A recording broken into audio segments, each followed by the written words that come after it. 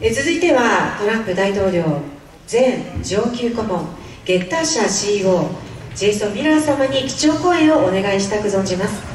ジェイソン様が第45代アメリカ合衆国大統領ドナルド・J. トランプ氏の上級顧問を務め、トランプ大統領の2016年および2020年の選挙キャンペーンに携わりました。2021年、政治的信条についての検閲を行わない言論の自由を謳う SNS プラットフォームゲッターを立ち上げ、3日で100万ユーザーを達成し、 SNS プラットフォームとして史上最速の成長を記録し、現在700万人以上のユーザーを抱えているプラットフォームでございます。それではジェイソンさん、よろしくお願いいたします。 Thank you and good afternoon, Japan. It is an honor to be here with the Japanese Conservative Union, the American Conservative Union, conservatives in this room and watching online all around the globe. It is truly an honor to be here. And as the CEO of Gettr, the fastest growing social media platform in history, I like to talk about free speech. I like to talk about how we connect the world through these ideals, how we stand up against oppression, how we make social media fun again. It's one of our basic rights, one of our basic tenets. But today I want to do a little bit of a history lesson, especially being here in Japan. And I want to talk about 1989. Now, 1989 was a great year for cultural change.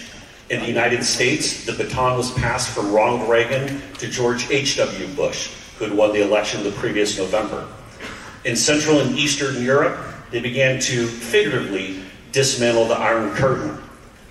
And in Berlin, Germany, they literally took down the Berlin Wall. And today, 33 years ago, on December 3rd, 1989, the Cold War ended at the Malta Accords. And I'm sure Jay and Matt planned that exactly on the 33rd anniversary for the ending of the Cold War. In Asia, however, it was far from a peaceful transition. When we look what happened in Tiananmen Square. So earlier in that year, 1989, Hu Yaobang, who'd been a reformer in the CCP and then been kicked out, passed away. And students began to rise up and start to protest to carry on his legacy because he had been kicked out and ostracized about bringing true change to China. Over the ensuing months, over 1 million people began to move toward Beijing, in Beijing and around. And again, these were peaceful protesters. These were students advocating for freedom of speech, democracy, freedom of the press to the press that's here in attendance. All of these things that were outlawed by the CCP. In early June, those ranks grew to over 1 million people.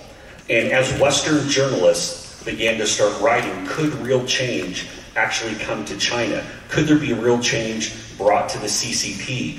The CCP sent in 300,000 troops against 1 million unarmed, innocent, and peaceful students who happened to be protesting. And it was a massacre, one of the worst massacres in modern history. And the image of the tank man standing in front of that row of tanks, willing to put his life on the line, is arguably the greatest image of freedom and solidarity for free speech in modern history. And the reason why I bring this to your attention, I talk about as many as, could be 3,000, could be as many as 10,000 people who were killed that day, was because it was all about free speech. They wanted to have their voice heard. And to understand the CCP, to understand Communist China's aggression, not just towards what we've seen in recent weeks, but we talk about the enslavement of Uyghurs in the far northwestern province of Xinjiang. We talk about the cultural genocide that we've seen happening in Tibet. We've seen the students being beaten in Hong Kong. And more recently, the tragedy with the apartment fire in Urumqi, which I'll get to in just a moment. For the CCP, it's all about control. That is why they have to stop free speech. Because by stopping free speech, they stop the peaceful protest for people who want to express their God-given rights. And to understand what has happened recently in China with the zero COVID policy and the big silence where they wipe out from the internet any talk of dissent, you have to understand what had happened in 1989 with the tragedy at Tiananmen Square.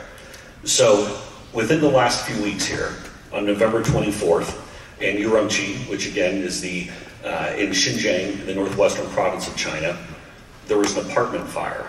Started on the 15th floor quickly. The 15th, 16th, 17th floors all were engulfed in flames. But the firefighters couldn't get there to help the people. Barricades have been set up as part of Xi Jinping's zero COVID policies. And the images on social media of the fire truck shooting the water that couldn't even reach the apartment buildings while people died inside. And the officials in the press conference the next day, who by the way said only 10 people died, but we know the CCP never tells the truth on numbers, they said that it was the people's fault that they couldn't rescue themselves.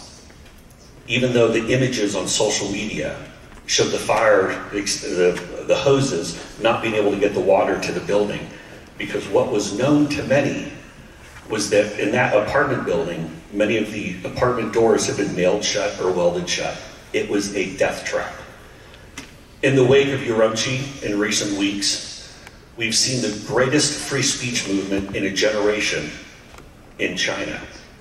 And in pushback to Xi Jinping's silence, a simple piece of white paper, the blank paper protest, which is a symbol of the big silence that is happening in China, where free speech and legal dissent is not allowed. And the protests, the blank paper protests, have popped up all over the world, not just in China.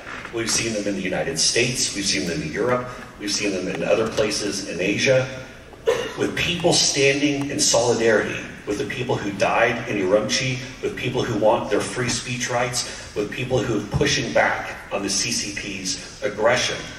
This is a great thing. And now we've seen already the CCP start to clamp down and crack down on any aspect of dissent. So why do I talk about this? Because it all comes back to free speech. Free speech isn't just something that we say is a tagline with Gettr. It's something that we truly believe in. It's something that we're passionate in. We stand with the people of 6-4, the people of Tiananmen Square.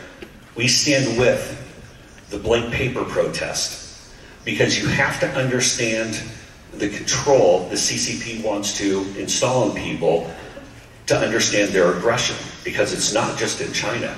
We see their aggression towards Taiwan.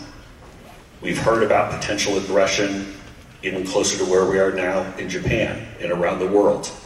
The CCP is incapable of change. They will always fight to stop any aspect of free speech. And so our mission, everyone here today, not just conservatives, people in Japan, people in Taiwan, people in the United States, the free people, the people who want to be free in China, this is our moment. This is our calling. And my request to you is for everybody with your phones, join Gettr, the free speech app, where you will never have your political opinions censored or shadow banned or shut down, where free speech is always going to be something that is going to be held tightly to our hearts. Because the difference between fascism and freedom is that free speech. And once it's gone, as we've seen with the people of China, it is so hard to get back. This is our God-given right to have free speech. And so we believe that ultimately, as I said before, the CCP is never going to change, but we can make sure that freedom persists all around the world. Thank you so much for giving me the opportunity to speak with you. God bless the people of Japan. God bless the people of the blank paper protest in Urumqi. God bless my friends in the United States who are watching. And thank you again to the American Conservative Union, the Japanese Conservative Union, and always stand for free speech. Thank you. ありがとうございました。